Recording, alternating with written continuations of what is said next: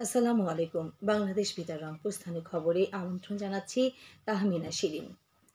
প্রধান উপদেষ্টা ডক্টর মোহাম্মদ ইউনূস বলেছেন, একটি গণতান্ত্রিক বাংলাদেশের রূপরেখা তৈরি করতে অন্তর্বর্তী সরকার দৃঢ় প্রতিজ্ঞ। অন্তর্বর্তী সরকার গঠনে ১ মাস পূর্তি উপলক্ষে জাতির উদ্দেশ্যে গতকাল দেওয়া ভাষণে তিনি এ প্রত্যয়ের কথা জানান। ছাত্র শ্রমিক জনতার ঐতিহাসিক জুলাই গণঅভ্যুত্থানের মুখে এবং হাজারো মানুষের আত্মদানের বিনিময়ে বাংলাদেশে ফ্যাসিস্ট সরকারের পতন হয়েছে উল্লেখ করে প্রধান উপদেষ্টা এই গণঅভ্যুত্থানের বার্তা ও আকাঙ্ক্ষা বাস্তবায়নের জন্য সকলের সহযোগিতা কামনা করেন। দেশের আইন শৃঙ্খলা পরিস্থিতির উন্নয়নে ডক্টর মোহাম্মদ ইউনূস শিক্ষক, ছাত্রছাত্রী, কৃষক, শ্রমিক, পেশাজীবী, ব্যবসায়ী, দিনমজুর, গৃহিণী সহ সকলের সহযোগিতা করার আহ্বান জানান। গণতান্ত্রিক বাংলাদেশ গড়ার লক্ষ্যে নির্বাচন ব্যবস্থার সাথে সম্পর্কিত প্রতিষ্ঠান হিসেবে পুলিশ প্রশাসন, জনপ্রশাসন, বিচার প্রশাসন, দুর্নীতি দমন কমিশন এই 4টি প্রতিষ্ঠানের সংস্কারের উপর গুরুত্ব আরোপ করেন তিনি। প্রধান উপদেষ্টা বলেন, এসব প্রতিষ্ঠানের সংস্কার জনমালিকানা ভিত্তিক, জবাবদিহিমূলক ও কল্যাণমূলক রাষ্ট্র ব্যবস্থা প্রতিষ্ঠায় অবদান রাখবে। এর পাশাপাশি সমাজের সকল স্তরের মানুষের প্রতিনিধিত্ব ও স্বার্থ নিশ্চিত করার জন্য সংবিধান সংস্কারের কথা তিনি উল্লেখ করেন। সংস্কারের প্রাথমিক পদক্ষেপ হিসেবে সরকার 6টি কমিশন গঠনের সিদ্ধান্ত নিয়েছে বলে জানান প্রধান উপদেষ্টা। এসব কমিশনে কাজ পরিচালনার জন্য বিষয়ভিত্তিক অভিজ্ঞতা বিবেচনা করে 6 জন বিশিষ্ট নাগরিককে এই কমিশনগুলো পরিচালনা করার দায়িত্ব দেওয়া হয়েছে বলে তিনি উল্লেখ করেন।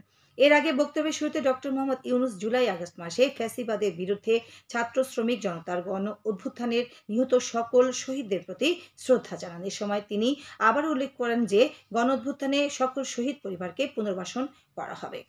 তরুণ প্রজন্মের ভবিষ্যৎ যেন উজ্জ্বল হয় সেটা নিশ্চিত করতে শিক্ষা ব্যবস্থার দিকে পূর্ণ নজর রয়েছে উল্লেখ করে তিনি বলেন, ইতিমধ্যে প্রথম শ্রেণী থেকে দ্বাদশ শ্রেণী পর্যন্ত বর্তমানে ত্রুটিপূর্ণ শিক্ষাক্রম পরিবর্তন করা হয়েছে। এছাড়া বই সংশোধন ও পরিমার্জনের কাজ শেষ পর্যায়ে আছে এবং সংস্কারের কাজ অব্যাহত থাকবে বলে তিনি উল্লেখ করেন।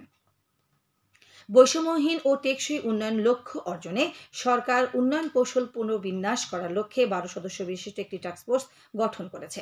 Bangladesh institute of development studies BIDS এর সাবেক মহাপরিচালক ডক্টর KSM মুর্শিদের নেতৃত্বে অর্থনীতির কৌশলীকরণ এবং ন্যায়সঙ্গত ও টেকসই উন্নয়নের জন্য সম্পদ সংগ্রহ শীর্ষক এই টাস্কফোর্স গঠন করা হয়। পরিকল্পনা বিভাগ থেকে জারি করা এক বিজ্ঞপ্তিতে তথ্য জানানো হয়। এতে বলা হয়, এই টাস্কফোর্স একটি ন্যায্য, টেকসই ও গতিশীল অর্থনীতির ভিত্তি স্থাপনে আগামী 3 মাসের মধ্যে একটি প্রাথমিক পূর্ণাঙ্গ প্রতিবেদন তৈরি করবে।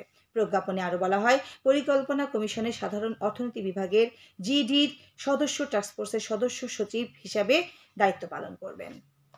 রংপুর মহানগরীতে ট্রাফিক ব্যবস্থা উন্নয়ন, যানজট নিরসন ও নম্বরবিহীন অটোরিকশা চলাচল বন্ধে রংপুর মেট্রোপলিটন ট্রাফিক বিভাগ ও বৈষম্য বিরোধী ছাত্র জনতার সচেতনতামূলক সভা গতকাল অনুষ্ঠিত হয়। নগরীর জেলা স্কুল মাঠে আয়োজিত এই সভায় প্রধান অতিথি ছিলেন রংপুর মেট্রোপলিটন পুলিশের উপ পুলিশ কমিশনার মোহাম্মদ মিনহাজুল আলম। জয়পুরহাটের পাঁচবিবি উপজেলার অবৈধ অস্ত্র উদ্ধার ও আইন শৃঙ্খলা পরিস্থিতি স্বাভাবিক রাখতে ব্যবসায়ী ও রাজনৈতিক দলের নেতৃবৃন্দের সাথে পুলিশ প্রশাসনের এক মতবিনিময় সভা গতকাল অনুষ্ঠিত হয়। পাঁচবিবি থানা পুলিশের আয়োজনে উপজেলার পাইকারি সবজি বাজার চত্বরে আয়োজিত এ মতবিনিময় সভা সভাপতিত্ব করেন স্থানীয় বণিক সমিতির সভাপতি তাইজুল ইসলাম। আজ রংপুর সিটি কর্পোরেশনের 6টি ওয়ার্ডে সাশ্রয়ী মূল্যে টিসিবির পণ্য তেল, ডাল ও চাল বিক্রি করা হচ্ছে। কর্মসূচির আওতায় আজ 1, 2, 3, 6, 16, 17 ও 19 নম্বর ওয়ার্ডে টিসিবির কার্ডধারী প্রত্যেকের কাছে 2 কেজি ডাল, 2 লিটার সয়াবিন তেল ও 5 কেজি চাল 470 টাকা প্যাকেজ মূল্যে বিক্রি করা হচ্ছে। এছাড়া রংপুর জেলার মিঠাপুকুর, কাউনিয়া, গঙ্গাচড়া এবং পীরগাছা উপজেলায় একই পরিমাণ পণ্য সমমূল্যে বিক্রি করা হচ্ছে। সিটি কর্পোরেশনের সহ জেলার 28,880 জন টিসিবির কার্ডধারীর মধ্যে ডিলাররা 48টি স্থায়ী পয়েন্টে টিসিবির পণ্য বিক্রয় করছে। এদিকে কুড়িগ্রামের রৌমারী উপজেলার বন্দরে ও চর-ষোলোমারী ইউনিয়নেও আজ টিসিবির তাদের পণ্য বিক্রি করছে।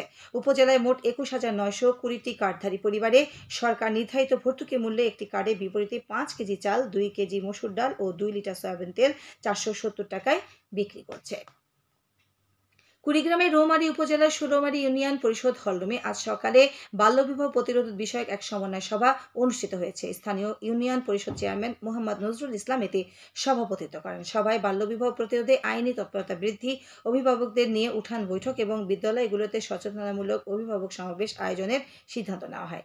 এই কর্মসূচি সফল করতে নিজ নিজ এলাকায় ইউনিয়ন পরিষদ সদস্যদের আন্তরিকতার সাথে কাজ করার আহ্বান জানানো হয়। স্থানীয় ইউনিয়ন পরিষদ সদস্য, শিক্ষক, ইমাম ও ইউনিয়ন বিবাহ রেজিস্ট্রারগণ এতে উপস্থিত ছিলেন ষোলমারী ইউনিয়ন পরিষদ ব্রাক সামাজিক ক্ষমতায়ন ও আইনি সুরক্ষা কর্মসূচি এই সভার আয়োজন করে। সবশেষে আবহাওয়া। আজ সন্ধ্যে 6টা পর্যন্ত পূর্বাভাসে বলা হয়েছে যশোর, খুলনা, বরিশাল, পটুয়াখালী, নোয়াখালী, কুমিল্লা, চট্টগ্রাম ও কক্সবাজার অঞ্চলের উপর দিয়ে দক্ষিণ পূর্ব দিক থেকে অস্থায়ীভাবে ঘন্টায় 45 থেকে 60 কিলোমিটার বেগে দমকা থেকে ঝোড়ো হাওয়া বয়ে যেতে পারে। সেই সঙ্গে বৃষ্টি অথবা বজ্রসহ বৃষ্টিপাতের সম্ভাবনা রয়েছে। এসব এলাকার নদীবন্দর সমূহকে 1 নম্বর সতর্কতা সংকেত দেখাতে বলা হয়েছে। খবর শেষ হলো। আমাদের পরবর্তী স্থানীয় খবর প্রচারিত হবে বেলা 2:05 মিনিটে।